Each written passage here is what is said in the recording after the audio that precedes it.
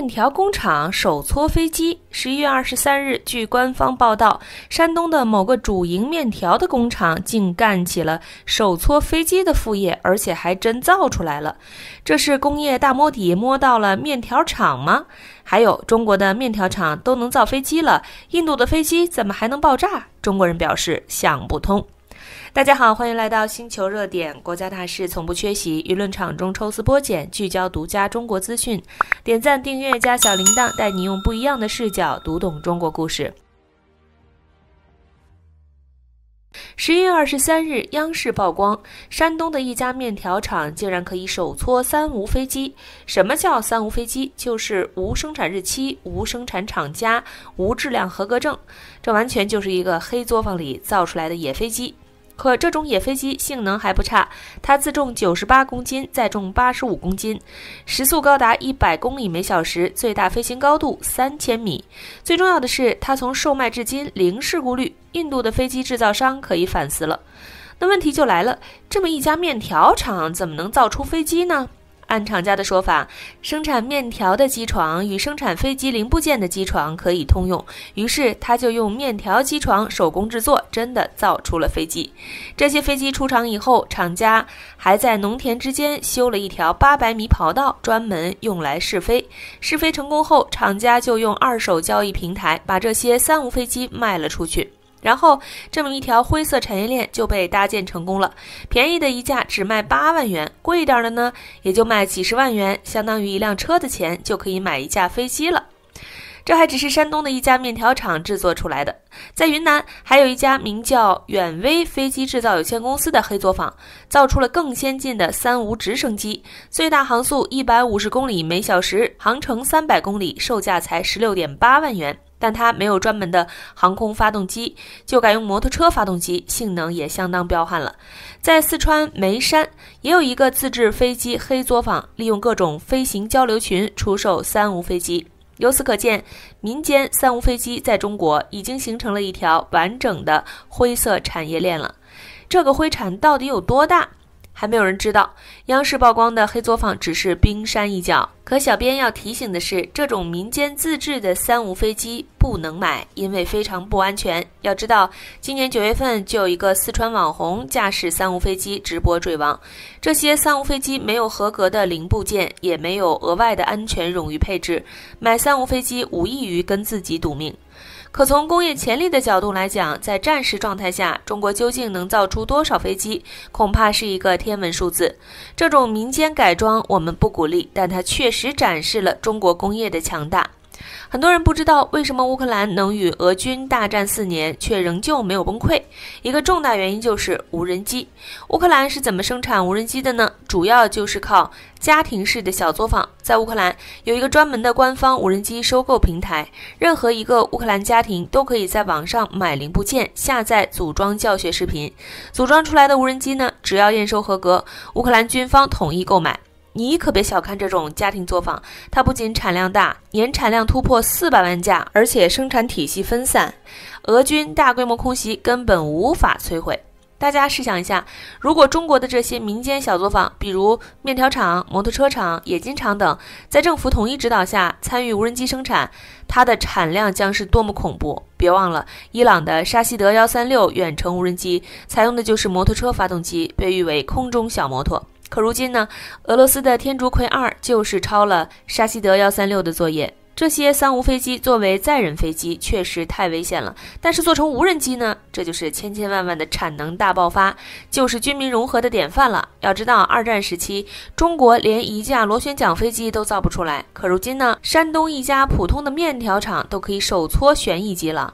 這背後的根源在於中國的工業體系太完善了，而熟練技工呢又太多了，民間高手搞协修也能一飛冲天了。前面的面條廠手搓飛機是不是已經很震撼了？但如果小編告訴你，中國的大學生能手搓轟炸機，你會怎麼想呢？這兩天小編刷到了一個視頻，一群大學生參加飛機比賽，操控着一展3米的純手搓飛機反復起飛，空投炸彈，換裝備再起飛，節奏快得像 F1 賽車。更牛的是，這架飛機5分鐘內完成了8次轟炸，精準度還不低。網友們一看，這還了得，這要是換成 3D 打印材料，整點真的彈藥上去，馬上就能變成能上戰場的轟炸機了呀！這段視頻傳到海外後，外國網友也紛紛留言，看看中國大學生在做什麼，美國大學生這下真的輸在起跑線上了。不過更多人好奇的是，這究竟是什麼比賽？之前怎麼都沒聽說過？熟悉航模的網友或許能一眼認出，這便是中國大學生飛行器設計創新大賽，簡稱 COADC。該賽事面向全國大學生開放，像北航、北理、西工大等常被列入所謂制裁名單的國防七子院校，幾乎每年都會全員參賽。單看比賽項目名稱就足以彰顯它的硬核程度：對地偵察與打擊、垂直起降、運載、航天、火箭發射回收，每一項都直接對標現實中的軍用技術或前沿航空科技。難怪網友會有能上戰場的猜想，這些技術確實具備很強的實用轉化潛力。除了國防七子、清華、國防科大等頂尖高校，以及桂林航空、南昌航空、瀋陽航空等航空特色院校也都會參賽。每年上千名學生帶着各式各樣的創新作品同台競技，場面之精彩甚至不輸專業航展。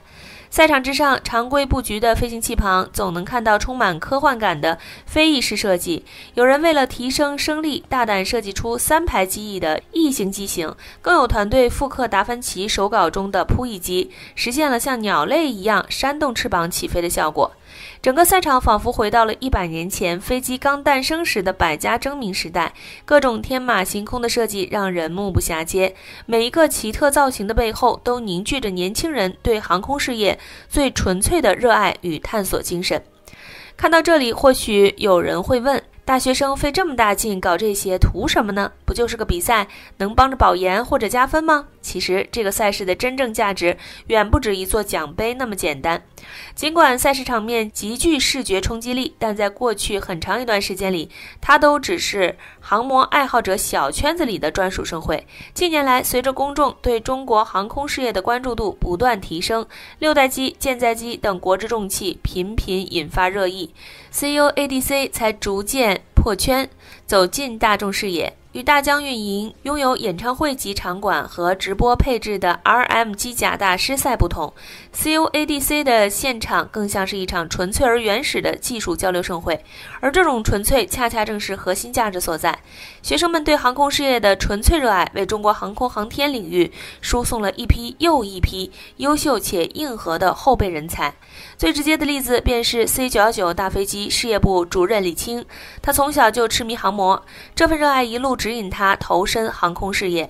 他的職業經歷完美展現了這類賽事與國家重點工程之間的緊密銜接。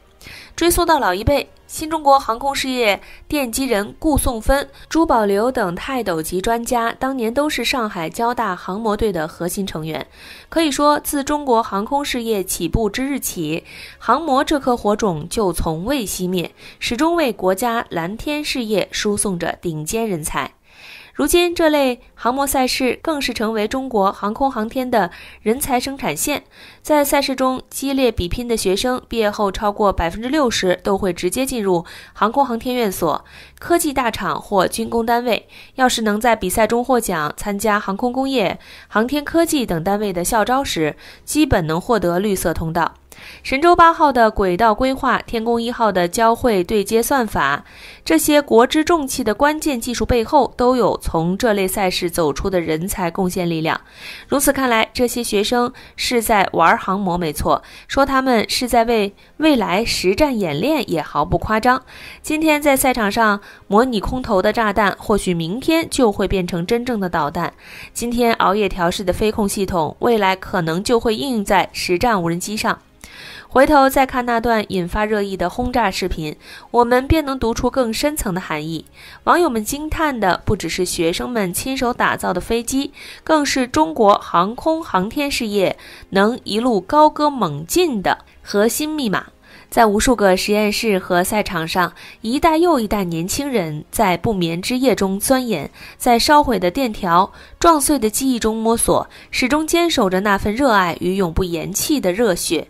他們放飛的是航模，承載的卻是整個國家的藍天夢想。